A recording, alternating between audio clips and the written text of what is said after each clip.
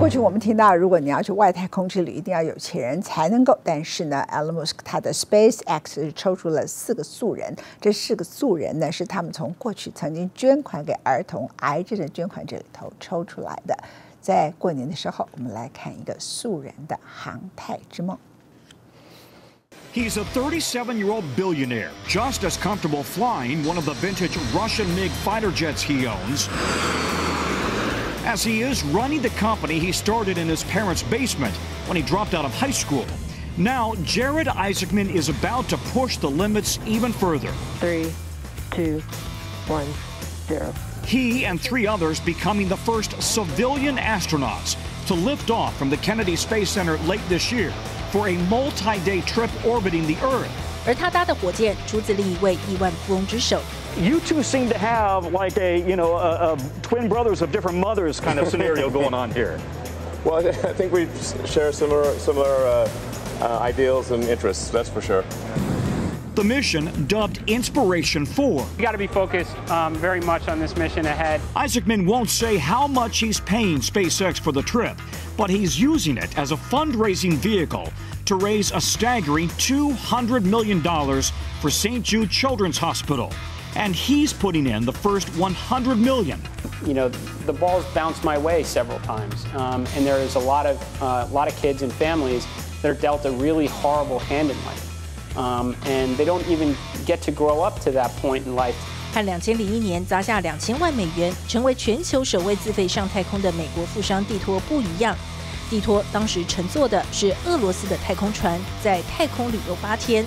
这次 Space X 挑战的是全素人太空旅行，没有专业太空人相伴。As part of the fundraiser, he's paying for 3 others to join him on the trip around the Earth.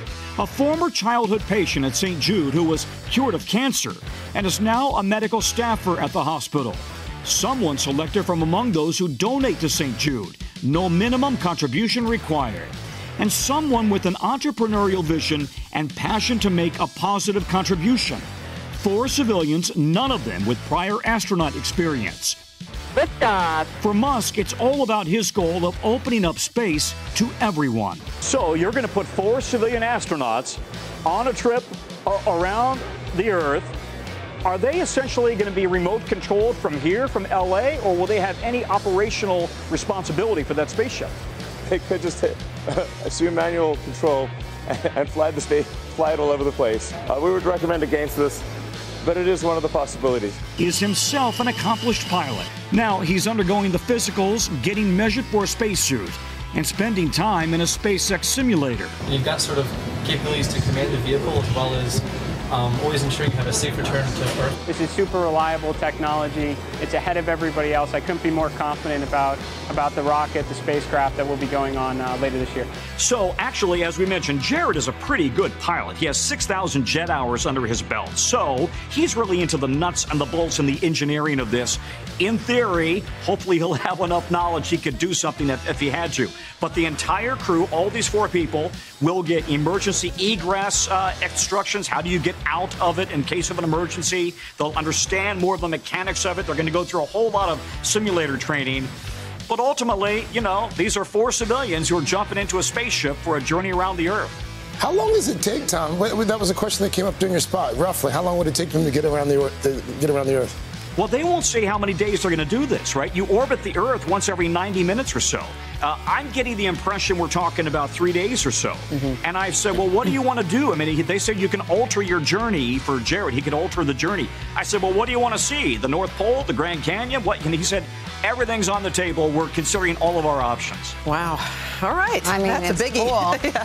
And they just remote control it first, huh? Yeah. Like a joystick or something? I think mostly it's going to be remote control from right downstairs here at SpaceX headquarters. 对儿童医院来说，这2亿美元的捐款能救很多很多人。That ensures that no family will ever receive a bill from St. Jude, not for the cost of treatment, travel, housing, or food, because all we want mom and dad to worry about is helping their child live. As for the actual mission and where they'll go, I think it's really up to Jared. I mean, it's his mission. He can go wherever he'd like.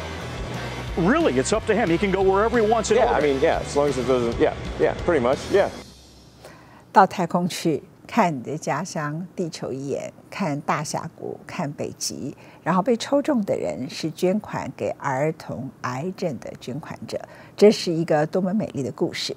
谢谢大家收看今天文茜的世界周报，祝大家新春快乐，拜拜。